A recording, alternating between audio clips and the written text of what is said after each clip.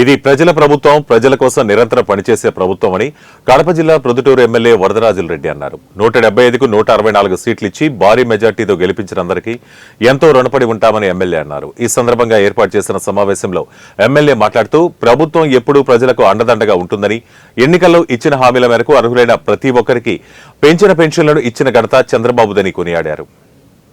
ముఖ్యమంత్రిగా మీరందరూ ఓట్లేసి 175 సీట్లు రాష్ట్రంలో అసెంబ్లీ ఎమ్మెల్యేల సీట్లు ఉంటే 164 సీట్లు ఇచ్చి గెలిపించినారు. మీకు ఎట్లా ధన్యవాదాలు, ఎట్లా కృతజ్ఞత చెప్పాలని తెలియదు, కానీ ఇంత భారీ మెజారిటీ అనేది ఎక్కడ భారతదేశంలో ఎన్నికలు జరిగిన ఎప్పుడు కూడా ఇంత భారీ మెజారిటీ ఎక్కడ కూడా రాలేదు. అంత భారీ మన ప్రభుత్వం ఎప్పుడు కూడా, మీ ప్రభుత్వం మీకు ఏ అవసరాలు ఉన్నా కూడా ప్రభుత్వం అన్ని రకాల అండదండలు ఉంటుందని చెప్పి ఈ సమావేశాలన్నీ ఏర్పాటు చేసి చేయడం జరుగుతుంది. రాష్ట్ర వ్యాప్తంగా జరుగుతూ ఉంది. సుమారు మేము 5 నెలల కిందట, 4 నెలల కిందట ఇక్కడ ఎన్నికల ఓట్లు పోలింగ్ జరిగినాయి.